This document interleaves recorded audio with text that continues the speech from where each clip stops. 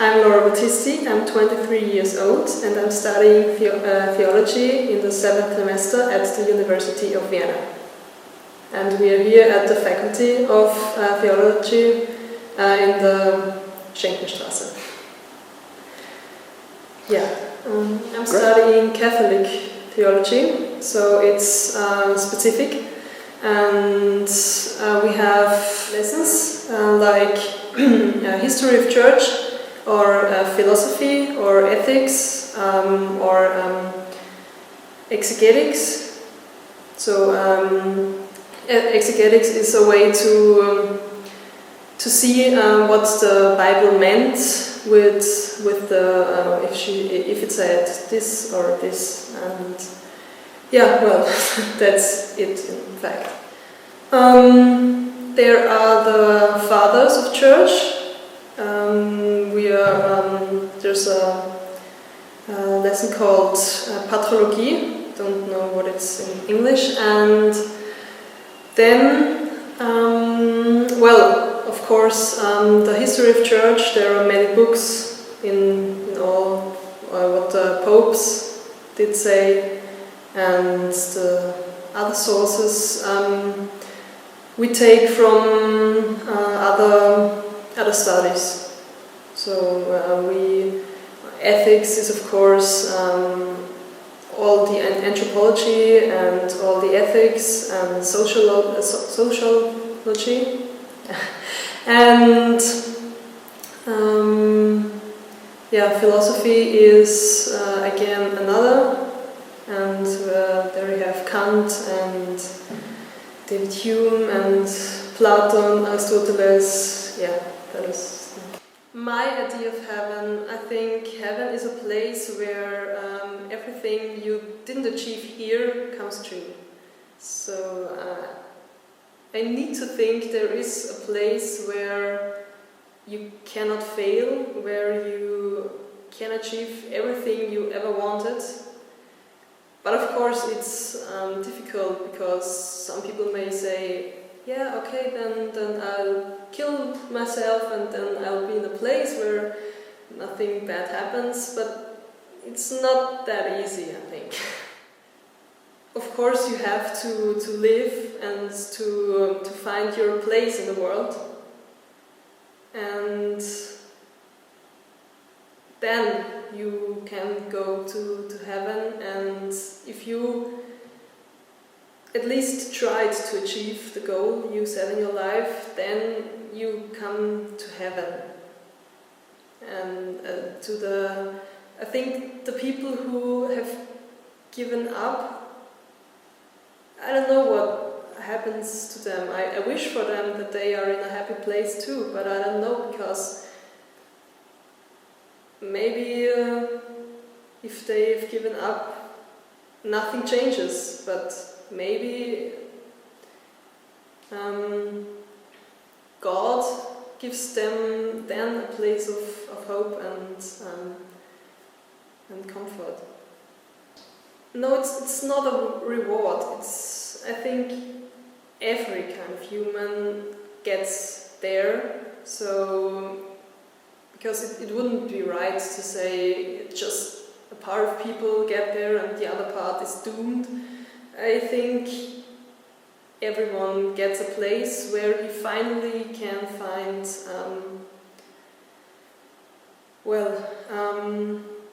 the luck or the comfortness he ever wished for. Because even the people who fail, I think they deserved it too, because they are have been so desperate in life, searching for something and not finding it, that they at least find it there. And for me, it's also I need a place where I know there are no conditions. So there is a place where I know I go and don't have to prove myself or to be liked by others and or get insulted or anything. I think so. Maybe it's a bit naive, but For me, it's a place of silence, because I have a stressful life, and I wish for a place where there is just silence.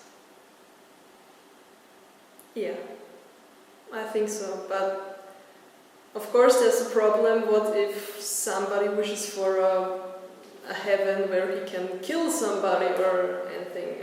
I don't know how to solve that problem. I just think in my perfect world where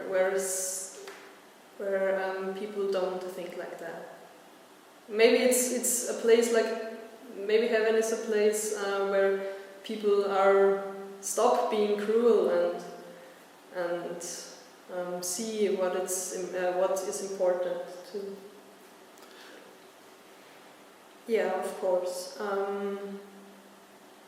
But I don't know if I think of God like the other theology students think. But for me, God represents a father who loves you, and I often think of him like a warm energy, and when I think of heaven, I just get a picture of me wandering through a silent wood or something like that, and not of God in the first place. I don't know. Maybe he is that nature and that silence and that comfortness. I think they are joining. I don't think they are getting there at the same time. In my studies, I learned what eternity means. Eternity is nothing in time, because eternity it's hard to describe. There is no time in eternity, and before some people say God created the world in time. But it is a wrong term, because there was no time. God created the time. So he couldn't create anything in time, because he himself created time. And the question for me is, what happens to the people in the meantime, before they get to heaven? It's in the early Christian time, there was the thinking that the end of the world is near, and then everybody could go at the same time to heaven. But then it changed, and the side came up that if you die, you go to heaven, and just I don't know the word, Gericht, the law, it is then at the end of the time. So you are at heaven, and judgment. Yeah, at the end of the time there is the judgment. In the beginnings, people thought, the early Christians thought that Jesus would come in short time. And so they maybe didn't marry or anything, because they didn't want to stay in the world. And then, as they learned that the world isn't going to end, they had to change it, because they were thinking, well, when I die, what happens to me? And then the idea came up, if you die, you go to heaven, you get your individual judgment, and then at the end of the time there is the big judgment of everyone.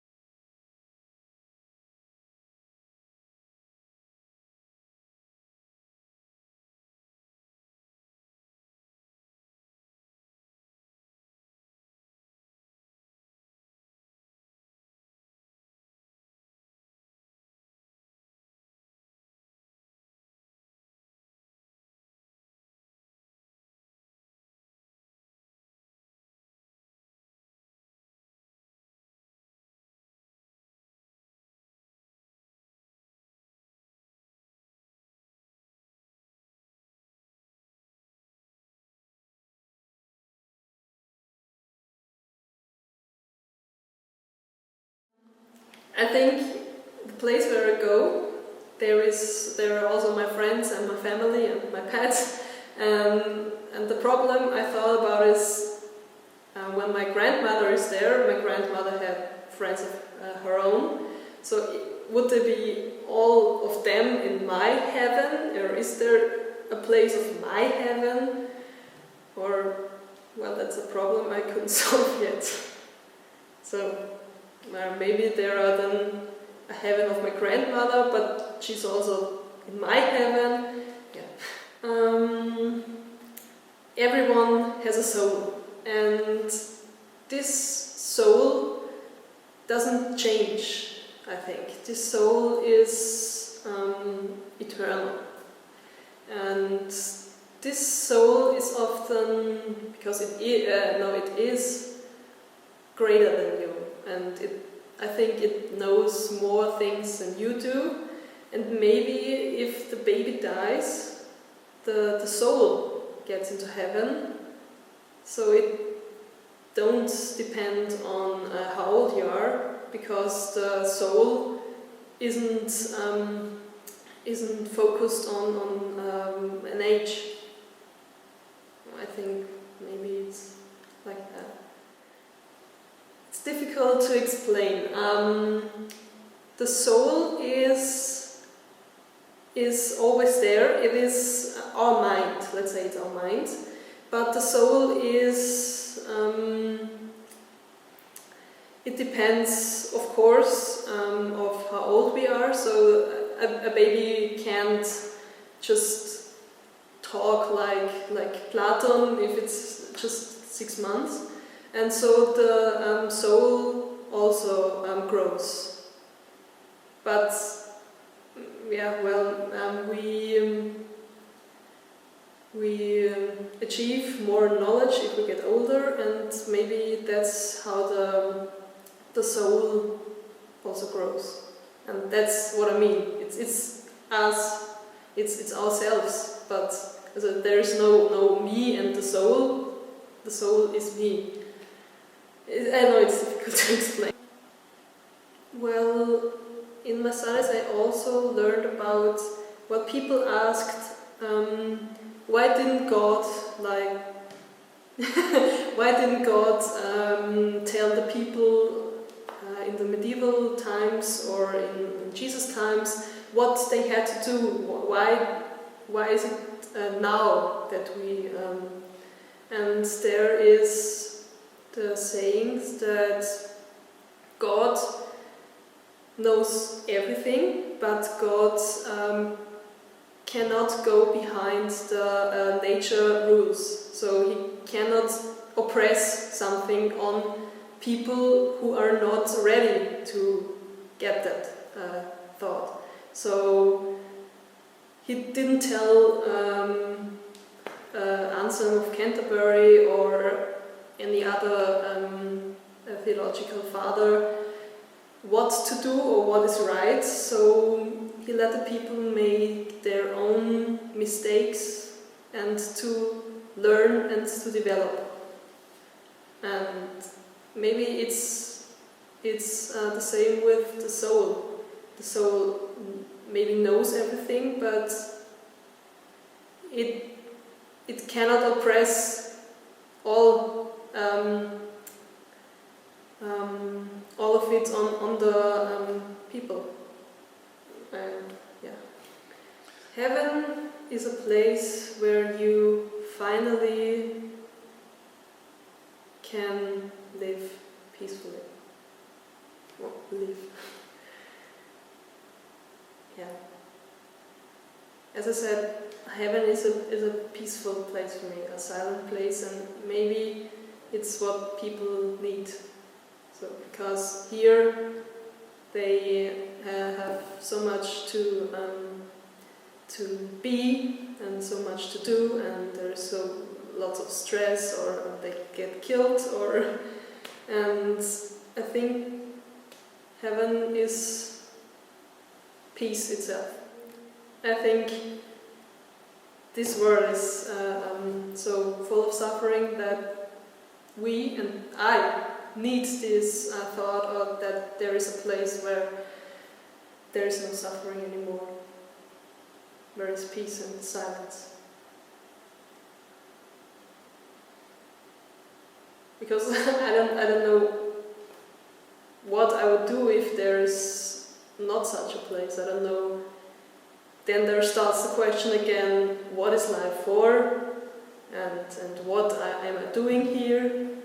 And why am I even here if there is just suffering?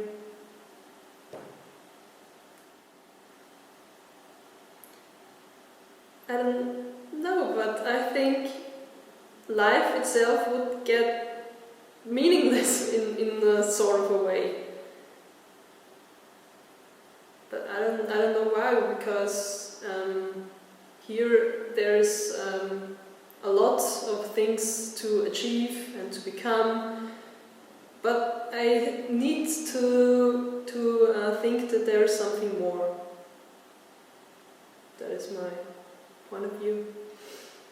Well, there are a few philosophers who stood that point, like Feuerbach and Marx. They said theology has to be an anthropology, because it is just God is just a reflection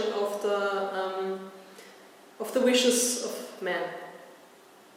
And maybe they are right, but I myself experienced things where I can say that there is something. Maybe others didn't have that experience, but I had, so I can say that for myself. And so I know there is something else, and so I hope for a heaven too.